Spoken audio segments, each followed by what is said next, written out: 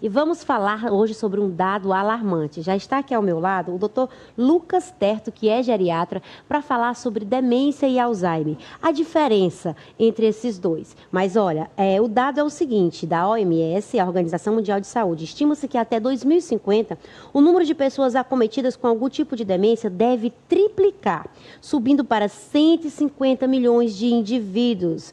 E aí, gente, o que é que podemos fazer para prevenir quando começar a observar os sinais? Quais as diferenças da demência e do Alzheimer? Todo mundo pode ter demência? É todos esses esclarecimentos que o Dr. Lucas Terto vai trazer para a gente. Bom dia, doutor. Bem-vindo ao programa Revista. Bom dia, é um prazer estar com vocês. Muito obrigado pelo convite.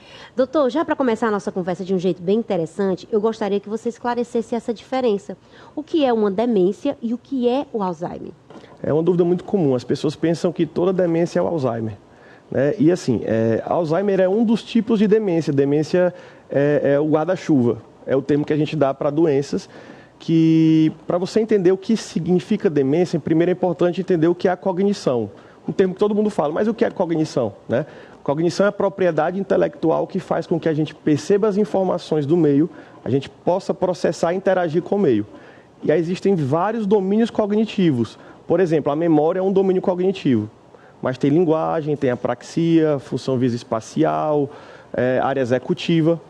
E aí, voltando, o que é demência? Quando a gente tem problema em um ou mais domínios cognitivos, sendo que leva a um prejuízo na funcionalidade do indivíduo, ou seja, o indivíduo que antes trabalhava, ir no banco, sacava o próprio dinheiro, conseguia fazer suas coisas, tomar os próprios medicamentos, quando eles começam a ter prejuízo na sua funcionalidade por conta de problema em um ou mais domínios, a gente pode estar diante de um quadro de síndrome demencial.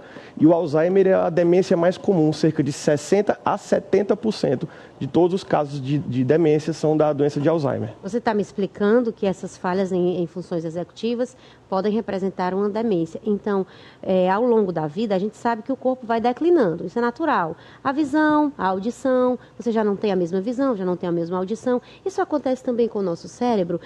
O cérebro eu vou passando os anos, eu posso ter decair na minha cabeça algumas funções. Isso é um começo de uma demência? Todo mundo passa por isso? Sim, o envelhecimento biológico ele existe, ele é um fato, tá? Mas ele está dentro de um processo de senescência. Senescência é o envelhecimento normal. Senilidade é o patológico, tá? A gente sabe o quê? Não existe demência da idade. É demente porque é idoso. Não existe, não existe. Esqueçam isso, pelo amor de Deus. Importante, tá? Né? Porque a gente acha que porque a pessoa está idoso... Isso, que é normal. Isso. A gente sabe que tem declínio cognitivo que pode alterar. Então, por exemplo, multitarefa. É mais comum ver mulheres fazendo várias coisas ao mesmo tempo, né? A gente sabe que com o envelhecimento diminui essa multitarefa, entendeu? Mas a linguagem melhora com o tempo. Não existe demência da idade. E o Alzheimer, ele é o que na prática? Quando apresenta o primeiro sintoma, que eu posso procurar e pensar, nossa, tem alguma coisa errada aqui, eu acho que pode ser um Alzheimer? Bom, a queixa principal dos pacientes que vêm com Alzheimer, a gente percebe a alteração de memória do tipo recente, amnésia. Eles esquecem fatos recentes, então começa a ficar mais repetitivo, esquece onde guardou objetos, esquece o que comeu, ele começa a apresentar essas queixas, né? Mas assim, lembrando que é um sinal de alarme, mas nem todo o esquecimento vai ser um quadro de Alzheimer. Tem algumas outras doenças que podem justificar esse esquecimento, né? Até para não assustar o telespectador. Então, você tem um transtorno de humor, ansiedade, uma depressão maltratada, ou um transtorno de sono, pode levar a alteração também, levar um pouco de esquecimento, nem por isso é o Alzheimer, né? Mas pode ser um fator de risco para desenvolver um Alzheimer no futuro. A gente tem, por exemplo, hoje, muitas informações sobre várias doenças, como inclusive o transtorno de déficit de atenção e hiperatividade, o TDAH, que é um transtorno que causa muito essa confusão na memória. Sim. Muitas vezes, e aí eu já cheguei a imaginar, digo, meu Deus, será que eu estou ficando louca? Será que eu estou com Alzheimer? Eu esqueci o básico, o mínimo, a memória recente, na verdade, era uma outra coisa. Essa é a importância de você estar atento. Mas os dados, eles são de 150 milhões de indivíduos. Com problemas, ali começando com problemas com demência. Esse número é assustador, doutor. Existe algo que pode ser feito para prevenir problemas como esse? Bom, a gente sabe que o principal fator de risco para uma síndrome demencial é a idade, né? Quanto mais velho o paciente maior a chance de desenvolver um quadro de demência. Só que uns estudos recentes mostraram que tem alguns fatores de risco que podem estar associados ao aumento da probabilidade de desenvolver um quadro de síndrome demencial, né? Teve um estudo, se eu não me engano, do Lancet, no finalzinho de 2024, que ele falou 14 fatores de risco. Vou falar aqui alguns deles. Sedentarismo, por exemplo, é um fator de risco. Então, o indivíduo tem que praticar atividade física. Controle de comorbidades, hipertensão, diabetes, colesterol elevado, tem que tratar. A gente sabe que com o envelhecimento vai ter, não é para deixar de ter comorbidades. Os exames estão se tornando mais específicos, mais sensíveis, a gente está descobrindo bem antes, então é tratar, é manter isso bem tratado. Outra coisa, isolamento social, depressão, trauma crânioencefálico, morar em locais poluídos, o tabagismo, são algumas das coisas que a gente observa que os pacientes que se controlam nesse sentido, que começam a se cuidar, têm a menor chance de desenvolver um quadro de síndrome demencial, principalmente naqueles que têm uma grande bagagem cognitiva, com autoescolaridade, né? Então, por exemplo, há quem diga por aí que falar outros idiomas, aprender a tocar um instrumento pode estimular o cérebro a ponto de até ajudar a prevenir doenças como Alzheimer e demência. Isso é real ou é um mito? Totalmente real. Tem uma teoria da reserva cognitiva que a gente chama.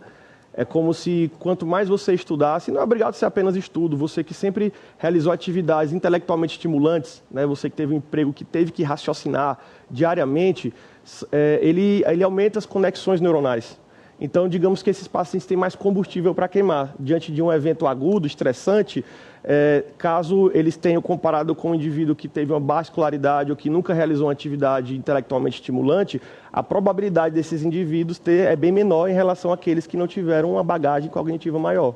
E quando chega lá na terceira idade, doutor, o senhor que é geriatra, aquelas atividades como, de repente, o quebra-cabeça, preencher aquelas palavras cruzadas, elas realmente podem ser importantes para exercitar a cabeça? Com certeza, tem que manter a mente intelectual assim, estimulada, você não pode parar.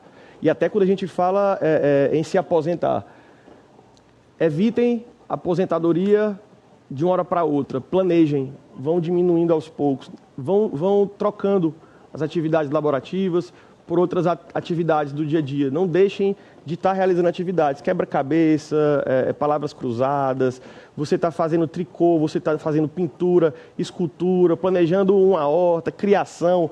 Tudo isso que faz com que a gente raciocine para estar realizando aquela atividade melhora e pode auxiliar a retardar ou diminuir a probabilidade de ter. Será que fazer humor conta, doutor? Com toda certeza, porque humor, você precisa ser muito inteligente para fazer humor. Olha só, então eu já estou cuidando na minha cabeça, colocando muita coisa, inclusive vou fazer show hoje, aliás, amanhã em Piripiri, hoje em Pedro II, já exercitando essa minha cabeça. Para encerrar nossa cabeça, doutor Lucas, o que o senhor acredita que pode ser um fator que esteja deixando a população demente muito mais cedo? Porque é uma idade onde esses sinais começam a aparecer.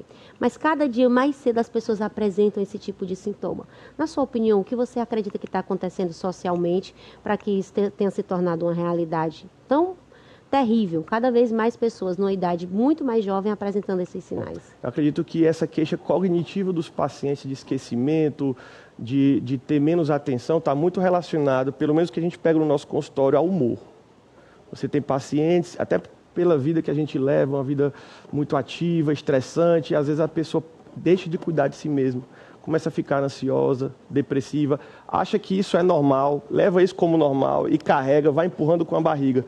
Então, assim, esses pacientes que têm problemas psiquiátricos, de ansiedade, depressão, que não são tratados, eles têm uma maior probabilidade daquele esquecimento no futuro virar uma síndrome demencial. Nem por isso vai virar, mas a gente tem que ligar a luzinha e cuidar de si mesmo. Ficar no alerta, não é isso, Exatamente. Doutor? Muito obrigada, doutor Lucas Terto, que está aqui no Revista para falar sobre esse assunto tão interessante e necessário. A informação, ela chega na nossa vida para que a gente tome atitudes. Que você que ouviu o doutor Lucas possa agora mesmo já se posicionar sobre isso, começar a sua atividade física, fazer uma atividade que te dê prazer, que te trabalhe o conhecimento, para que você tenha uma vida longa e muito mais saudável. Não é isso, doutor? Isso mesmo. Eu muito agradeço obrigada. o convite de falar desse assunto tão importante e qualquer coisa eu me coloco também à disposição para estar avaliando os pacientes. Olha só, já tem aqui o Instagram do Dr. Lucas, você pode seguir.